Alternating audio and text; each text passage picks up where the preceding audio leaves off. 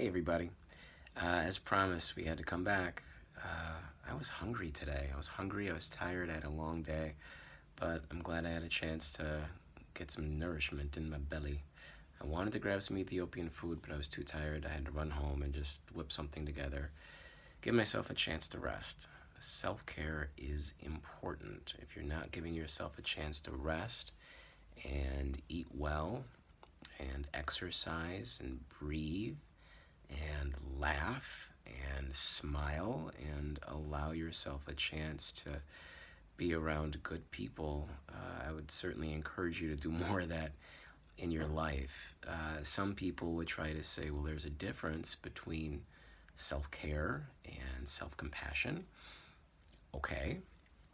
There are some stories that floated around that said essentially this, that the Dalai Lama, on his exploration of Western culture, came back and, upon reflection, essentially had this sentiment. Paraphrasing here, my understanding of the story. In our culture, in our language, whenever we talk about compassion, it's always understood to mean that we're having compassion for ourselves first.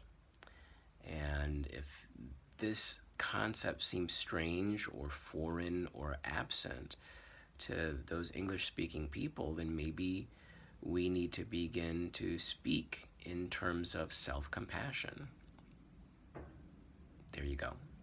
So, whether you call it self compassion, whether you call it self care, just know when I'm speaking about self care, it has nothing to do with being greedy.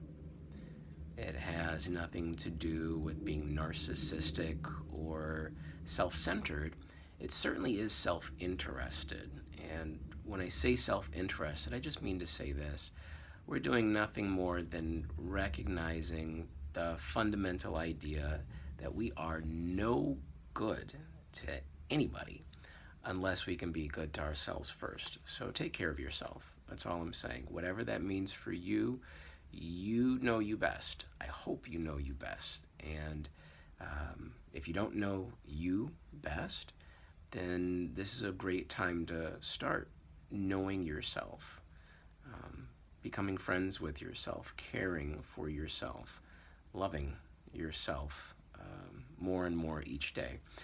If you allow it, mindfulness and a meditation practice can be a great start to that. It can be a great gateway for just knowing yourself better, not necessarily changing who you are. If anything, just getting rid of anything and everything that's really not you. So let's get into some questions and answers. As I said earlier, there were some questions that have been getting sent to me via email, via text. I know I said earlier today, go ahead and put something in the replies. I know on YouTube it's listed as comments. You're welcome to put something in the comments section in the YouTube video. Please do. That way, you know, if there's a particular comment that resonates with somebody, or maybe somebody is choosing to add to what it is that you're saying, that's certainly an opportunity to do that.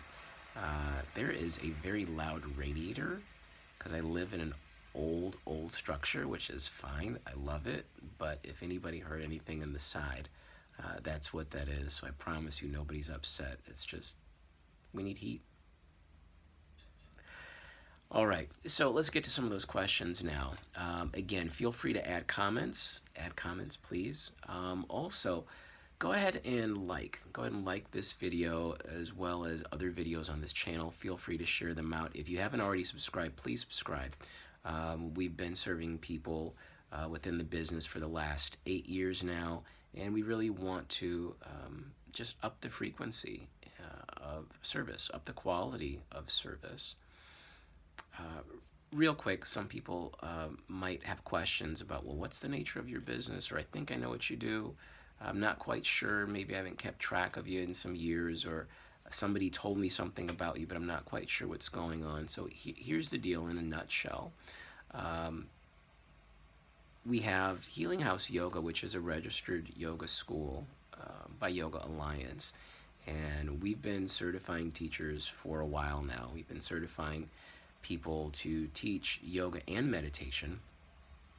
And then with the work that we do in schools, in businesses, even a little bit in healthcare, the work that we do in executive coaching and leadership development, equity work, and strategic consulting, that all falls under Mindful Eye Consulting. So, whatever your needs or your questions or concerns may be between both a physical yoga practice, but perhaps just as importantly, for some people, maybe even more importantly, a mindfulness practice, a mindfulness discipline, or meditative discipline, you are always welcome to reach out to us at question@healinghouseyoga.com or question@mindful eye, that's the letter I, consulting.com. Question@mindfuleyeconsulting.com. All right, here we go. So let's see if we can hit at least one or two questions, maybe three. Give out some good information beyond that without taking up too much more of your time, but still giving you something that we can use together. So first question, how do I start meditating? Well, I'd simply say begin at the beginning. When we really differentiate between what is mindfulness, what is meditation, some people will conflate those terms as though mindfulness means the exact same thing as meditation. Mindfulness, by definition, simply means being aware. Meditation can very simply mean just listening or being receptive. But if the question is, how do I start meditating? I would say, let's start with mindfulness first. Let's just start with being aware. And we can begin doing that by asking ourselves some seemingly simple questions. Are you breathing right now? Maybe you're not. Seriously, are you breathing right now? And to the extent that you might be asking that question, just give yourself a few moments now to be aware of your breathing. Be aware of the quality of the breathing. Maybe the quality of the breathing is short and shallow. Perhaps the quality of the breathing seems long and relaxed. Notice if there's any pressurization of your breathing. That's just another way of saying notice or be aware of whether or not you're holding your breath right now as you're breathing.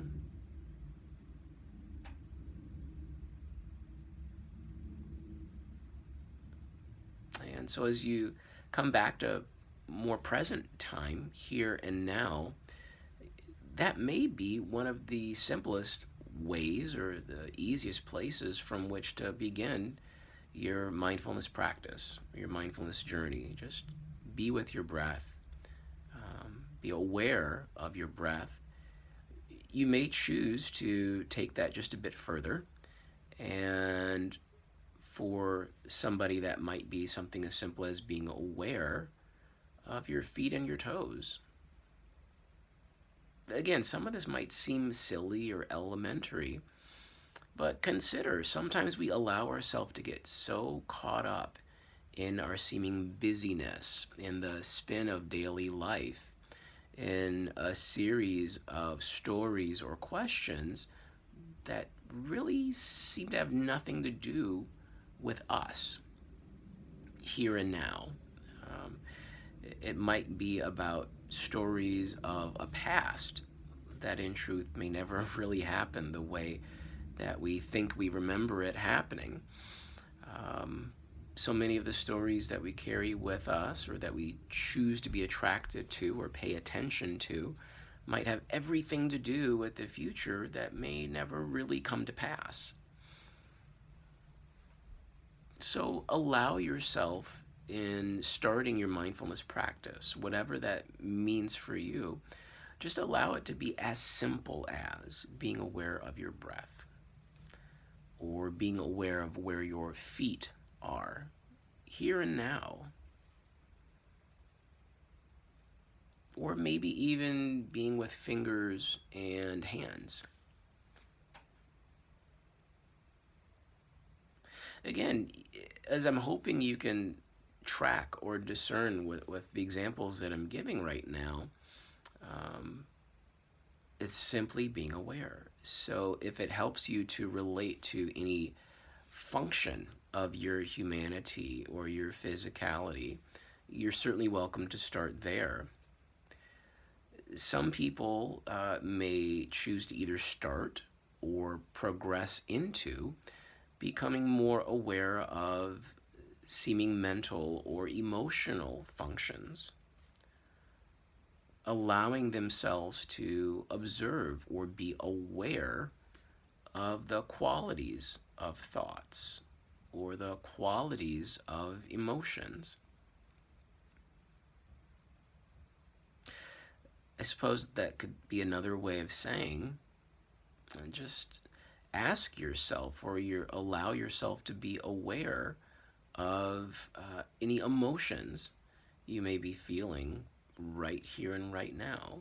What are you feeling emotionally right now? Or what is the emotion that you're choosing to hold on to right now?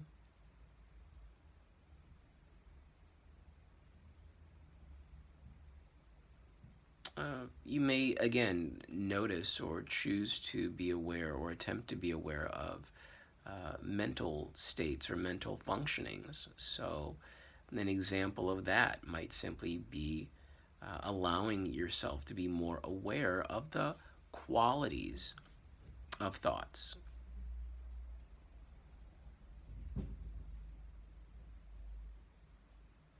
Now, as we allow ourselves to do some of these things, uh, at times there may be responses or seeming observations that may sound something like, it seems difficult for me to be aware of my emotional state right now, or I don't know what exactly it might mean to be aware of my mental state right now. I'm not sure that I'm aware exactly of what I'm thinking, or it may seem like a jumble, or I'm feeling a multitude of sensations um, with any kind of a body part or region of the body, and that's all fine. Right now, again, we're simply being aware. We're not really allowing ourselves to be concerned with, or we're choosing to not need to be concerned with any kind of a label. So, again, just as an example, we're not worrying about labeling something necessarily as a hot or a cold or a red or a green. And we're certainly not allowing ourselves to focus on or fixate on any kind of a value judgment. So we're not worrying about giving the observation of a feeling or a sensation of value like a good or a bad. Are you aware of a particular quality of emotion? What's the quality of the emotion that you're holding on to right now? We're not saying that we're holding on to a good emotion, or we're not saying that we're holding on to a bad emotion, but simply be aware of emotion. It can even be as simple as that without even trying to label it as happy or angry or silly or grieving. Just simply be aware of the quality of it, the seeming feeling or the sensation. We all process information a little bit differently. Some of us tend to be a bit more visual. Some of us may choose or tend to process information through a sense of sound. But as we allow ourselves to get more into a mindfulness practice, perhaps ultimately a meditative practice, some people would posit that it's ultimately most important that we allow ourselves to get in touch with feeling and the ability to better observe feelings and sensations. So, again, where do we start? How do we start a meditative practice? Begin with mindfulness and simply allow yourself to be aware. There's another question that was sent in that might be similar, and the question is, do I always have to be still to meditate? What if I can't stay still? But, part of the reason that I'm smiling and giggling just a bit now is that we've been fortunate, I'd say blessed, on the consulting side of the business to do so much work in public schools uh, and with different grade ranges, different age ranges, um, different learning abilities, different backgrounds, different, you name whatever kind of difference you can consider as far as a student body is concerned or teaching staff is concerned. We've been very blessed and fortunate to engage and be a part of all of that. So thank you all for that. So again, part of the reason why I'm smiling is not just that, but the number of times that both from in those environments, both students as well as adult staff, finding different ways of trying to communicate out to us in the business of, I don't believe I can stay still. I don't feel comfortable staying still. I don't think this is for me. Uh, I hear meditation, or somebody told me that a mindfulness practice or a meditation practice means I have to be perfectly still and completely silent. And if I'm not perfectly still and if I'm not completely silent, I must be doing it wrong. And if I'm doing it wrong, then I'm flawed. And I'd rather not have the feeling of guilt or shame that might come with being flawed or not doing something to absolute perfection and forget it. And I want to believe that I understand the feelings behind that story, because honestly, whoever wants to feel as though they can't do something to excellence, whoever wants to feel as though they've done their best but their best isn't good enough, that's not a good feeling. So yeah, I get where that sentiment is coming from. Here's the reality of the situation. What I believe to say is good news, really, for anybody. Um, do you always have to be still to meditate? Do you always have to be still to be in a mindfulness practice? No. Goodness, no. Not at all. As a matter of fact, for those who know and for those who don't know, there is a concept of moving meditations. And we see different versions of this or different expressions of this throughout a variety of modalities and cultures on this planet. And that might be one reason now that we've been kicking around a term within the business to different clients, and we've heard this in some other corners as well. And I would encourage you to pick this up and use it in some of your discussions in your reflective practice, in your mindfulness practice and meditative practice. The idea of decolonizing mindfulness. You heard it here first. Decolonizing mindfulness. And when we say decolonizing mindfulness, here's really what we're intending to say is let's take this reflective practice concept out of whatever box that we placed it in that says it must look like this at all times, it must sound like this at all times, and if it doesn't look and sound this specific way, it cannot be this reflective practice. It cannot have any benefit to anybody at all. And depending upon the environment and the context, that can actually present itself, it can be received as being very offensive, very oppressive, very dismissive or negating, devaluing. And so when we talk about, again, this notion of decolonizing mindfulness, let's consider that then to mean just this, that there are a variety of ways in which we can allow ourselves to be aware in the present moment without any kind of judgment, need to judge, or need to label, and we can still allow ourselves to be both vocal as well as allow ourselves to be in motion. Example, I'll give you two. One example, and again, different modalities have this throughout space, time, and culture on this planet, is the idea of a breath walk. A breath walk. For those who aren't familiar with the concept of a breath walk, it's just this, that we are intentionally syncing the quality of our breath, or we are intentionally syncing the inhale and the exhale with specific pacing of our walk. So one form of a breath walk that I remember learning was inhaling left, exhaling right, or inhaling for 4 paces, exhaling 4 paces. So that's one version of mindful movement.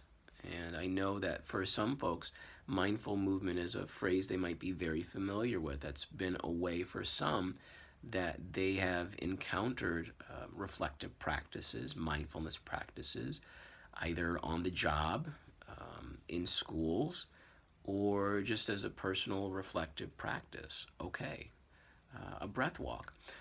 Another example that we might give is walking a labyrinth or walking a maze.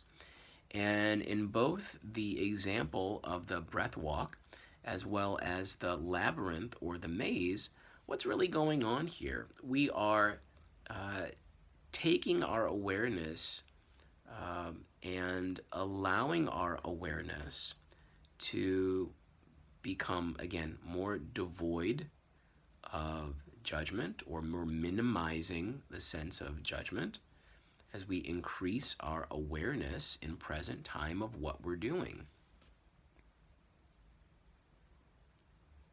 So if you feel like you can't stay still, or that it's difficult for you to stay still, that's fine. Let me give just a few more examples if, for whatever reason, walking may not be an option. Okay. I like to call them focus fingers. We have some videos that, if they're not already on the site, you're going to be seeing it up shortly. We've done this with different clients before, but again, I call them focus fingers. Here's how it works. So you can place the tips of the fingers together with the tips of the thumbs, and go ahead and pull them apart. Now let's go ahead and link up the index finger and the thumb, pull them apart. The middle finger and the thumb, pull them apart. The ring finger and the thumb, pull them apart. And then the pinky and the thumb, pull them apart. Okay, so begin to allow yourself to make something of a rhythm. Begin to make something of a rhythm. So it could be index thumb, middle thumb, ring thumb, pinky thumb. Some people go fast. Some people go slow. And that's okay. Occasionally you might miss, and that's fine. There's nothing wrong with that. But allow yourself that opportunity to keep more of your awareness on the act of bringing those fingers together. And in the other videos where we show you this technique of, again, we'll call it focus fingers, we break down the science of what really is going on physiologically here. Now, if you really want to go and take this technique a step further, let's add some words to it, okay? So I'll give you an example. If we're feeling a little bit scattered, a little bit out of our body, a little bit out of phase or out of time, We could say something like, I am here now, and here's how it would look. I am here now. I am here now. I am here now. A few more really quick examples with that idea of focus fingers. Um, if for whatever reason you're feeling some big emotions, some strong emotions, and you're allowing yourself to attempt to recognize that those big feelings, those strong feelings, um, maybe you're noticing it's not going to be the best thing for those big, strong feelings to get the best of you or to overwhelm you in the moment. Let's take it back to the focus fingers. We'll say, I am okay. So it might look or sound like, I am okay. I am okay. I am okay. I am okay. When it comes to the need to focus just a little bit more, I'll do a lot of different variations with this idea of whole body learning, programming the body, really playing around with physiology in such a way that we're really embedding certain messages, certain emotions, creating certain lasting shifts in a very compact, very compressed period of time, particularly for those that are worrying about taking tests or making presentations, or even those that are playing sports and they need to stay focused and really keep their head in the game. We'll do versions of these focus fingers, but if we were still just keeping with this and not becoming any more clever than that, not doing any additional hacks on top of that, but just staying with this idea, we could use a number of different 4-beat words or phrases. So if I really needed to focus a bit more, keep my head in the game, get my head in the game, it may sound something like this. I can do this. I can do this. One of my favorites that, with no shame, I have found myself doing more than a few times is saying that I love myself. There is nothing wrong with telling yourself that you love yourself because you deserve it and you're worthy of it. And sometimes when I get done with my 2 or 3 mile jog, I will do something just like that. I'll give myself the Rocky arms and I love myself. Or I might just say my name in celebration instead of Adrian because I'm pretty sure I don't know Adrian right now. I'll spare you my Rocky impression. I'll keep that for another time. But I love myself, right? So I love myself. I love myself. I love myself. I love myself. And again, use these techniques, particularly with the focus fingers and those kind of mantras or those kind of phrases, those power phrases, if you will, and allow yourself to play around with the cadence or the speed. Allow yourself to say it a little bit slower, perhaps with more emphasis at times, or when you can get away with a louder volume, perhaps do it faster and louder. It's up to you. Now, maybe, and I tell this to a lot of my coaching clients and consulting clients, maybe for whatever reason doing this, you're feeling like you're drawing too much attention to yourself, even if you might be repeating the words inside of yourself or in a low whisper. Listen, that's fine. You're welcome to do this just with your fingers, and that's okay too, right? I love myself. I can do this. I am okay. I am here now. Last technique I'll give you, just as far as this notion of beginning at the beginning and beginning with mindfulness before we try to get too much further into, anything deeper as far as meditative concepts are concerned, and the idea of I can still move around and be mindful. I can still use my voice and be aware. I'll give you this one as a final technique, and maybe we'll answer some more questions later. This is one of the first, we'll call it mindfulness techniques that I learned. And this was, ooh, I'm in my 40s now. I'm in my 40s now. I like getting older. I'm in my 40s now. This was one of the first mindfulness techniques that I learned in my late teens. So I was about 18, 19, 18 or 19 as I learned this technique. And here it is. It is this: narrate your day to yourself in the third person in present time. I'll repeat that. Narrate your day to yourself in real time in the third person. So I'll give you an example. It may sound something like this. Drew is waking up now.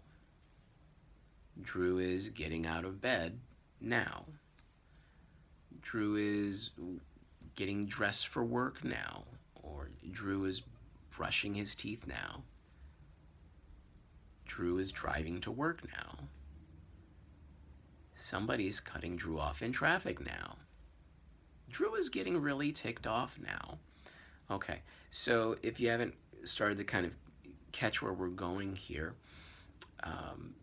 by narrating our day to ourselves in the third person, in real time, without going too deep into picking apart the technique, it can really be a great way to just keep us anchored, to keep us in the moment, to keep us better aware of the qualities of our thoughts and our emotions. And by the way, you don't have to do that technique out loud. I distinctly recall about a year or two ago giving that out as a homework assignment to a particular group that I was coaching at the time, and just checking in, just asking, no guilt, no shame, did anybody do their homework?